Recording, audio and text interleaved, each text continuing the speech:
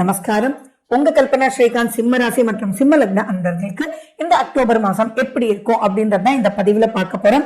And இந்த மாசம் தான் நமக்கு விஜயதசமி வருது, தீபாவளியும் வருது. சோ விஷ் யூ சிம்ம ராசி சிம்ம லக்ன அன்பர்களே happy happy happy Deepavali.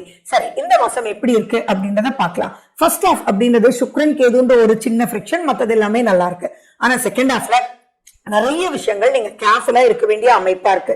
So first வந்து இன் டீடைலா நான் உங்களுக்கு சொல்றதுக்கு முன்னாடி நம்ம சேனல் இதான் ஃபர்ஸ்ட் டைம் பாக்குறீங்கன்னா சப்ஸ்கிரைப் பண்ணிக்கோங்க, பெல் பட்டனை பிரஸ் பண்ணுங்க, ஆல் என்ற ஆப்ஷனை சூஸ் பண்ணிக்கோங்க. சரி, ரொம்பவே நீங்க கேர்ஃபுல்லா இருக்கணும். எக்ஸப்ட் சில நன்மைகளும் இருக்கு. அது என்ன அப்படின்னு பாத்தீங்கன்னா, குரு பகவான் 18ஆம் தேதிக்கு அப்புறம் உங்களுக்கு 12ஆம் வீட்டுக்கு வராரு.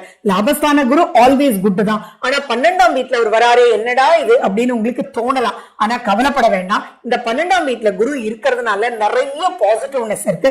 நிறைய உங்களுக்கு வேண்டியவங்க கூட இருப்பாங்க.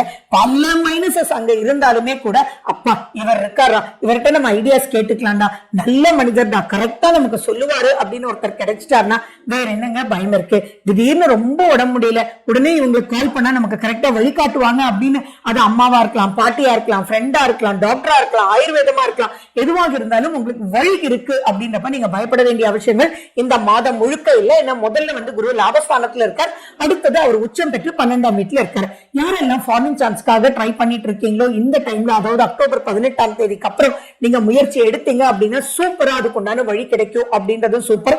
12ஆம் வீடு அப்படின்றது தூக்கமும் கூட.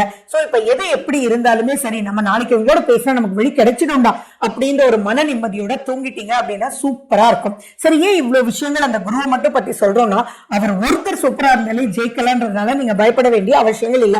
அப்ப அந்த ஒருத்தர்னு சொன்னா இங்க நிறைய குழப்பங்கள் இருக்கா? ஆமா, கண்டிப்பா. அது என்னன்றது நான் சொல்றேன். என்னன்னா, உங்களுடைய ராசிநாதன் யாரு? சூரியன். சரி, அந்த சூரியன் 2ஆம் வீட்டுல இருக்காரு இந்த மாசம் ஃபர்ஸ்ட்ல. ஆனா அவர்